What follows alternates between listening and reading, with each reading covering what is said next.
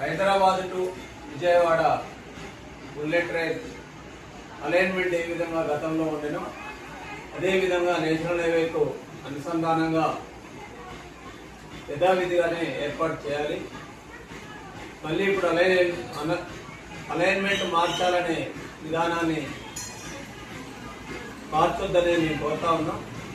Bullet train సాధన కోసం సూర్యాపేటలో గత 10 రోజులుగా నిరాహార దీక్ష చేస్తున్నటువంటి బుల్లెట్ ట్రైన్ సాధన సమితికి తుమ్మతుర్తి బీఆర్ఎస్ పార్టీ సంపూర్ణ మద్దతు తెలియజేస్తూ ఉంది. కేంద్ర ప్రభుత్వం కూడా గతంలో ఏ విధంగానైతే అలైన్మెంట్ ఇచ్చి సర్వే చేశారో అదే అలైన్మెంట్ను ఇప్పుడు కావాలని కొంతమంది మారుస్తున్నట్టుగా తెలుస్తూ ఉన్నది. అలాంటి అలైన్మెంట్ను మార్చకుండా గతంలో ఉన్నటువంటి అలైన్మెంట్ని యథావిధిగా కొనసాగించాలి.